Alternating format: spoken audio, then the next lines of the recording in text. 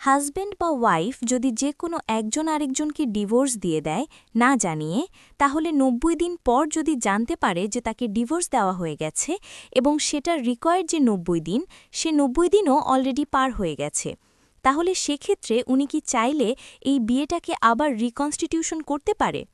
অথবা যদি একজন আরেকজনকে না জানিয়ে নোটিশ গোপন রেখে ডিভোর্সটা দেয়, তাহলে কি আসলে ডিভোর্সটা আইনগতভাবে বৈধ হবে, কার্যকর হবে? এক্ষেত্রে আইন কি বলে সেটাই আলোচনা করব আজকের এই ভিডিওতে। এখানে আসলে দুইটা প্রেক্ষাপট আছে। অনেক সময় দেখা যায় ডিভোর্সের নোটিশটি এক পক্ষ কয়েকদিন পরে হাতে পায়, আবার এমন ঘটনাও ঘটে যেখানে ৯০ দিনের সময়সীমা প্রায় শেষ হয়ে যাওয়ার পর সে বিষয়টি জানতে পারে। এই দুই পরিস্থিতিতে আইনি করণীয় এক নয়। বাংলাদেশের আইনে ডিভোর্সের প্রক্রিয়া মূলত মুসলিম ফ্যামিলি লজ অর্ডিন্যান্স 1961-এর ধারা ৭ অনুযায়ী পরিচালিত হয়।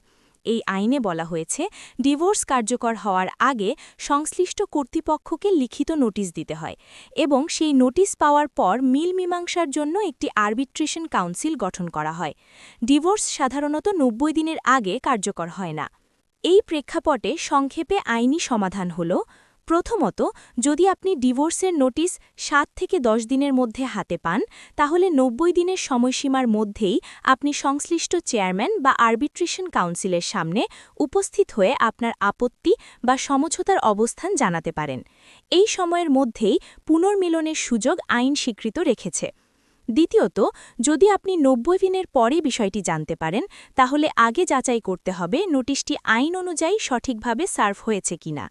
যদি দেখা যায় যে নোটিশ সার্ভ করার প্রক্রিয়ায় আইনি ত্রুটি ছিল, তাহলে সেই ডিভোর্সের বৈধতা আদালতে চ্যালেঞ্জ করা যেতে পারে।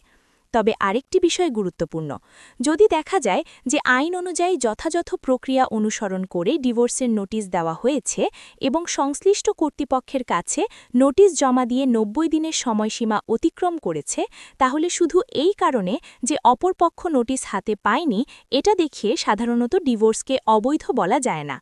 সেক্ষেত্রে ৯০ দিন অতিক্রম করার পর ডিভোর্স কার্যকর ও আইনগতভাবে বৈধ হয়ে যায়। সুতরাং বিষয়টি বোঝার মূল চাবিকাঠি হল ডিভোর্সের নোটিশ কখন এবং কিভাবে দেওয়া হয়েছে এবং আপনি কখন সেই বিষয়ে জানতে পেরেছেন। এই বিষয়গুলোর উপরই নির্ভর করবে আপনার আইনি পদক্ষেপ কী হবে।